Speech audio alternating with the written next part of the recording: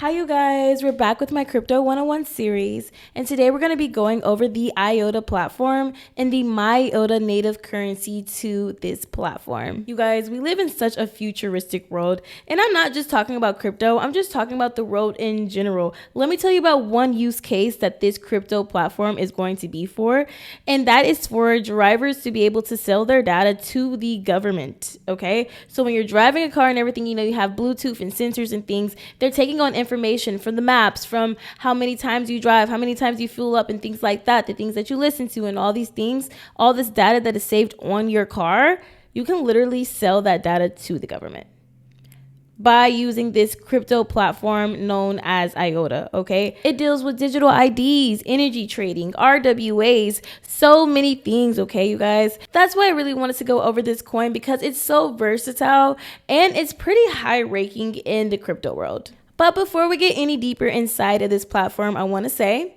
welcome back to Getting Digital with Deja.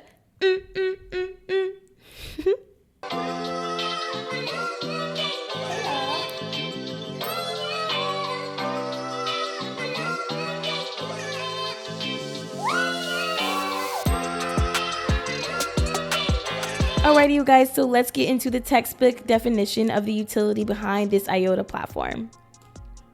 It's a feeless, scalable, distributed ledger, Tangle, designed for the Internet of Things, IoTs, and dApps enabling secure data transfer and machine-to-machine payments. Its key uses include supply chain tracking, digital identity, smart city infrastructure, energy trading, and RWA tokenizations.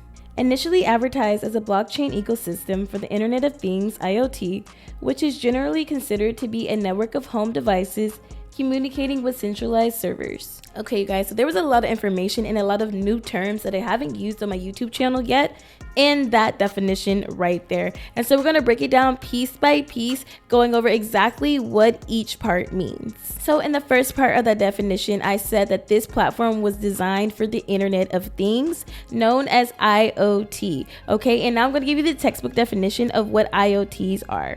Internet of Things, a vast network of physical objects, things embedded with sensors, software, and technologies that connect and exchange data with other devices and systems over the internet.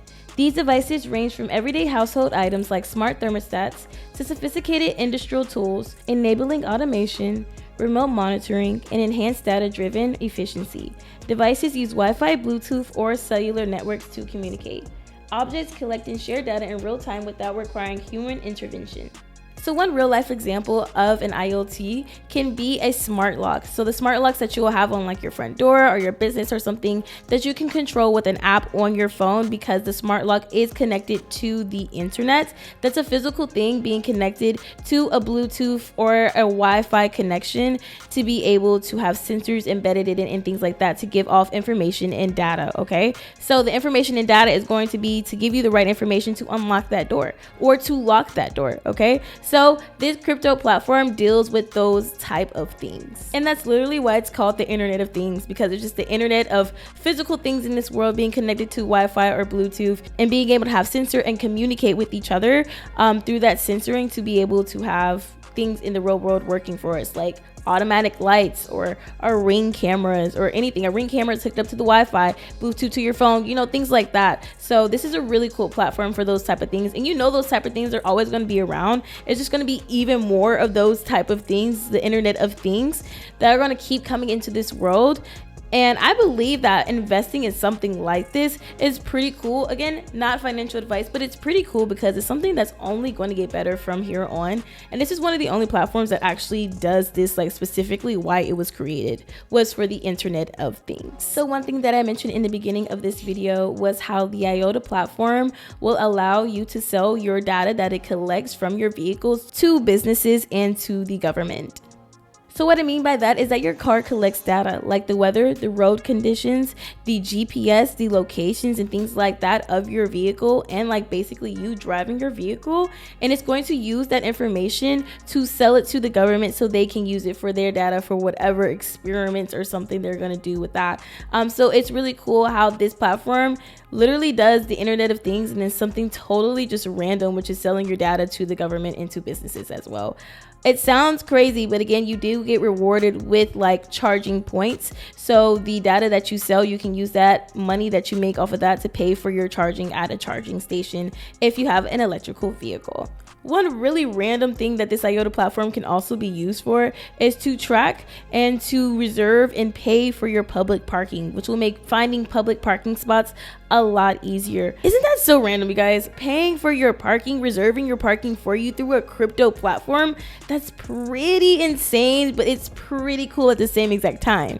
That's just going to show you how versatile this platform is. It's specializing in so many different aspects and optimizing on each aspect in each thing that this platform offers. So it's basically offering a wide variety of things and optimizing on each thing in its own category to be like a top competitor in all of those aspects. IOTA's interoperability also allows the network to be able to gather and transmit data using oracles. Now, I know y'all know what oracles are. If you have been following me from the beginning, I did like a 3-part series about oracles. 3 episodes in this series like about oracles. Okay, now that I'm thinking, maybe it wasn't 3 episodes, but it was very in-depth in the episodes that I did do over oracles. So if you haven't watched that already, go back to that. But if you just don't want to hop off of this video because you're so interested in the things that I have to say right now, and you want to continue learning, then I'm going to go ahead and give you the textbook definition of an oracle one more time. Without oracles, smart contracts would be limited to executing logic based on data already stored on the blockchain, severely restricting their utility and innovation. Oracles can be thought of as a combination of the Internet for Computers and on-chain cloud services platform for organizations building smart contracts. So basically, oracles are just bridges that connects blockchains and allows them to be able to transmit and transfer and collect data from other blockchains. So it's not just relying on the data that it has stored on its own blockchain, but it's going out and also grabbing data from other blockchains as well, which is going to make trading and communication between these computers just 10 times more efficient. Now, if you want to go over the full definition and breakdown of an oracle and the oracle networks that exist, go ahead and watch my video that I have on oracles. It's popping up on the screen right now, you guys. It's a great video, and it just gives you every bit of information you need to know. A bit nerdy, but it gets the job done for sure. So this platform doesn't just bridge blockchains, it also bridges together physical and digital economies. Some examples of this is going to be digital identity, notarization, and real-world asset tokenizations. It's also used for supply chain tracking, which is going to be a digital product passport, basically just tracking where that product is going throughout the supply chain. It's also going to be used for global trade, which I think is probably the most important part of its utility, in my opinion, because global trade is always going to be a hot topic. One thing that I do want to mention is that IOTA is not a blockchain, it's a distributed ledger. So because this definition is very technical, I wanted to get it straight from the textbook and tell you exactly how IOTA is considered a distributed ledger and not a blockchain. IOTA is a distributed ledger designed to record and execute transactions between machines and devices. It's an ecosystem that can include everything from product origin and authenticity to drivers selling their data of their cars. So this type of distributed ledger on this platform is going to be known as a Tangle. And I'm going to give you the textbook definition of a Tangle. IOTA's key innovation is Tangle, which is a direct graph, which is a system of nodes used to confirm transactions. IOTA claims that Tangle is faster and more efficient than typical blockchains. So miners are not going to be needed for the Tangle. The way that they're going to verify these transactions is they're going to be referencing the 2 previous transactions and using that as a basis to go ahead and verify the next transaction. So it reduces the amount of memory and work that has to be done to make these transactions verifiable, and it also reduces the time as well. And now I'm going to give you the textbook definition of what I mean exactly by the network not needing miners. Now you guys, I know I use a lot of textbook definitions, but I love them because it's literally me researching things and telling you everything that I researched. I mean, I'm doing the research for you. Alright you guys, this is going to be a little bit lengthy, but just stick it out with me, you guys. It's very interesting. Instead of miners, users validate previous transactions to add their own. A new transaction must approve 1 or more, usually 2 existing transactions, inherently increasing network security. No block constraints. Since there are no blocks, there is no waiting for minor intervals. allowing for faster TPS. This method of confirming a transaction results in low fees and low power consumption, enabling MIOTA to be used across various devices and machines with different power requirements. So remember, MIOTA is going to be the native cryptocurrency that is going to be used on this platform. And MIOTA is going to account for all transactions on the IOTA platform, again, because it is the native currency. Now you guys, we're about to get super duper technical, so I'm really about to be reading these notes right here, y'all. I have it written so clearly for you guys.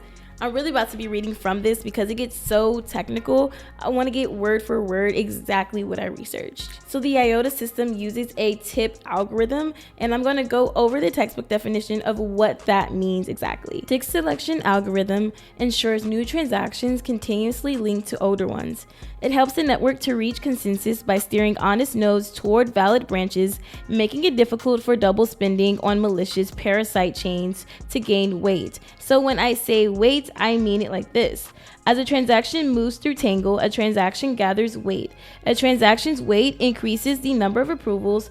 Once a transaction is confirmed, it is broadcasted to the entire network. Then another unconfirmed transaction can choose the newly confirmed transaction as one of the tips to confirm itself.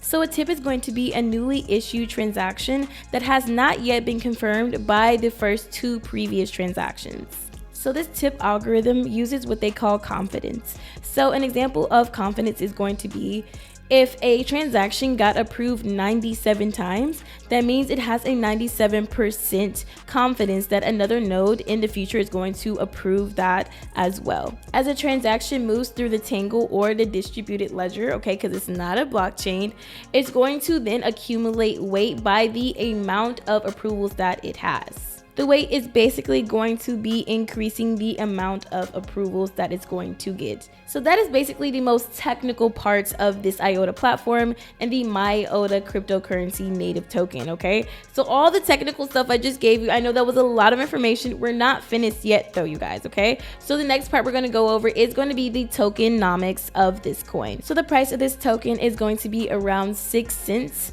And they went ahead and pre-mined a total of about 2.7 quadrillion tokens. Quadrillion tokens.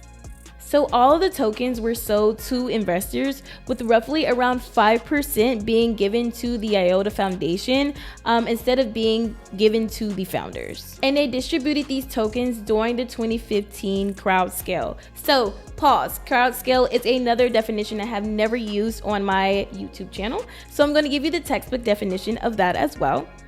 So a crowd scale is a fundraising method where blockchain crypto projects sell newly minted digital tokens, typically in exchange for established crypto like Bitcoin or Ethereum.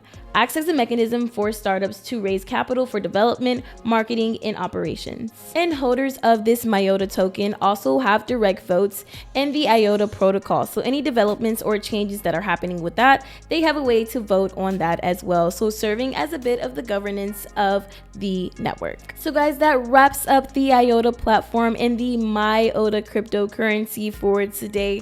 I know that was a lot of information. One of my very, very nerdy videos, I have to say, but I thought it was a must to cover because it is one of the top cryptocurrencies and it has a lot of utility behind it. So next up, we are going to be talking about the Hyperliquid platform and the Hype token, which is a lot of hype behind it for all of the right reasons. So I'll be covering that in our next episode. You can go ahead and click over to that.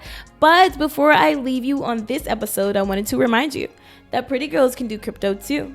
All right, see you soon.